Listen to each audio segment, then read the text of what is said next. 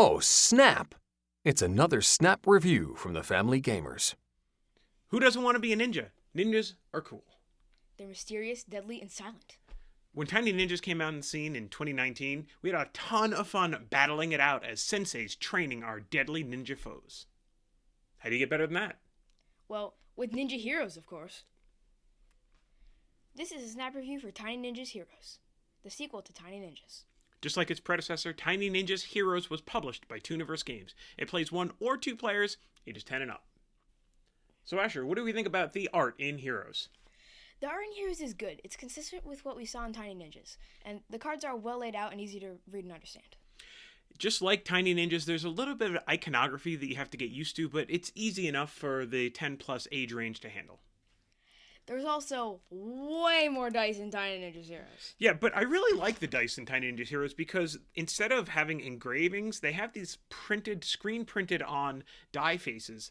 You get a lot more detail. They just look a lot better, but I am a little bit worried about how long they're going to last. When you played this too much, we've already got a little bit of scraping on one of our dice, so we are a little bit worried about that. So, Dad, how do you play the game? Well, even though this is very clearly a Tiny Ninjas game, the gameplay is completely different from what we've seen before. Each player chooses a hero card, kind of like this one, and they take the corresponding die that goes with it. Then, both players take turns setting out their 4 unit dice and the chosen hero die, along with 1 shield for whatever lane it is, into this arena. On your turn, you go through 4 phases. 1, income, which is gain an energy and draw 1 item card. 2, move some combination of units up to 3 spaces. 3rd, you take an action. You may buy a shield for 2 energy, discard items to gain more energy, use an item, or activate a unit's support ability. Finally, you can attack 1 time using 1 unit's attack ability. If the unit you choose has multiple attack abilities, you can choose either one to activate. After this, the other player has a chance to defend. If they can't defend, the attacked units lose hit points, which are tracked on the unit die itself. Now the defender becomes the attacker. They do the same 4 phases, income, move, action, and attack, and you just keep trading back and forth until one player's hero has been defeated. So this is important. The hero specifically has been defeated. Yes. Not one of the 4 goons. In the solo mode, you are actually defending against a zombie apocalypse. The zombies are just like you, except they don't have a hero. For your income, you have to choose either an item or an energy. Every time it's a zombie's turn, you roll all 3 dice. The black one determines fog, which is the zombie's shield. The red one determines which zombie attacks, and the kunai or shuriken die determines the effects of the attack. Defeat as many waves as you can before the zombies eat your brains. Ah! So Asher, what did we expect from Tiny Ninjas Heroes? Well, since it's a Tiny Ninjas game, we expected ninjas, and we got ninjas. We got Tiny Ninjas even.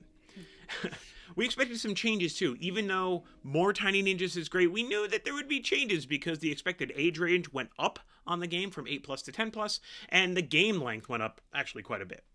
Since the box size is the same, we expected it to be portable too. It mostly is, and we'll talk about that in a minute. But now let's talk about some surprises. So when I opened the box, I was very surprised to see the grid in the cover. Given the tactical nature of the game, it's obviously needed. It definitely helps keep the game travel ready, but it wasn't really expected. However, speaking of travel, it's possible to play this game traveling, but it's not as good for it as the original. Even with the grid, die rolling arena, and the items box kind of keeping things in place, you need somewhere to put out all the cards and all the dice and stuff that you're not using for any given game. We also didn't expect so many dice. It does make a good departure from the original formula, though. Yeah. Finally, the items. There are so many items in the game, and it's cool how they affect the strategy of the battle. It's another great addition for this game, especially because of how tactical it is. Unlike the original game, the items in Heroes are the only secret information. Your units and hero cards are open to your opponent, so you'll need careful tactics to get around their defenses. Alright, and that's Tiny Ninjas Heroes. Asher, what do you think we're going to rate this one? I think we'll probably rate it 3.5 shurikens out of 5. Alright, and that's Tiny Ninjas Heroes in a snap.